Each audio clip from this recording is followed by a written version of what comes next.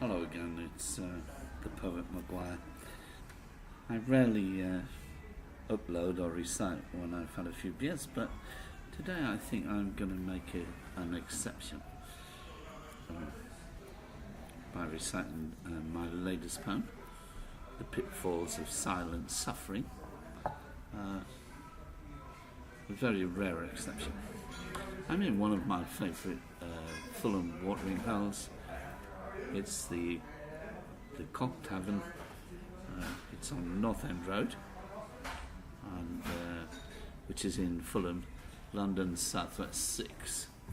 The poem I'm about to recite is The Pitfalls of Silent Suffering. See what alcohol does. Anyway, the t-shirt is by George Sherlock. It's twin tires. Don't know if I can show you. Did this for me just after the Twin Towers incident. I did a song about it in a poem, and George Sherlock for years was head of art, I believe, at Coventry University. Also won the I think it was West of England Royal Award, the Queen's Award for his art. Very notable guy anyway. Good friend of mine. My mum likely said all the wrong things about him there anyway. But here we go. The Pitfalls of Silent Suffering. It's a long poem. It's more than likely the worst poem I could do at this moment when I've had a few beers. The Pitfalls of Silent Suffering. He had reluctantly taken on board how gruff of late he'd become. The old Joey had gone AWOL. The selfless, compassionate, polite, rational and witty individual had gradually disappeared. The object of admiration to many had taken leave, and it was a mystery to all. Where was the man who'd fought with adversity, showing others it was possible to win? The man who climbed his Everest alone to become a beacon of hope. Where had he gone? For the shadow left behind was not recognizable at all. Was it that the bullies had exacerbated his personal war? Were the tough tours not enough on their own? Was it the loss of everything he held dear, or the head injury combined with the homelessness, the PTSD, and everything else that was to come? No man is an island. Just how much do we expect any man to endure? Had we all watched him become the shadow of the man he once proudly portrayed? How could he just disappear from sight? This man who loved life and spoke for us.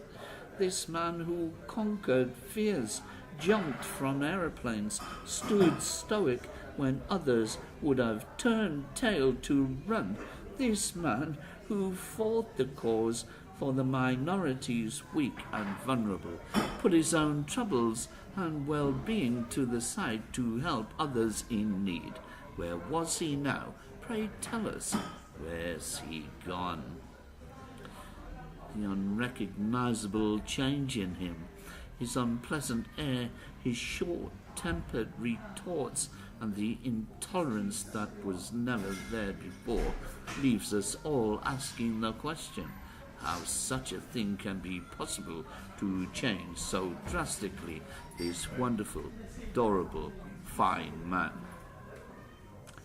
This man, whom many would say stood head and shoulder above his many peers. Could it be that someone broke his heart? Was he betrayed by those he trusted? Were his efforts not shown to be recognized? Was it the murderous attempt on his life, his act of service, his disgruntled wife? Was it the harrowing of the bullies, the loss of everything? Was it those years of enduring homelessness, the solitude and despair? Had he been overwhelmed by his burden of sadness that he thought was his duty to bear alone? Was it all of these things, or none of them? Wait a minute. Was it his hip? The telltale limp he'd tried to hide. Not for him, the stick. Do you remember his smile, mixed with the grimace of excruciating pain? Was it the combined effort of creeping arthritis, the constant 24-hour grinding down of his endurance, the filing and the drilling through his tolerance that came day after day without a minute of respite? And was it that his cries for help had not for the first time gone unheard or went ignored? Maybe it wasn't his fault at all. Could it be that it was ours? Too busy with ourselves, too selfish to be there just when he needed us most. Can you all imagine what it was like, trapped in a tortured dungeon of pain, crying out for somebody's help? Yet no one came. It was actually about Joey Maguire, who was me.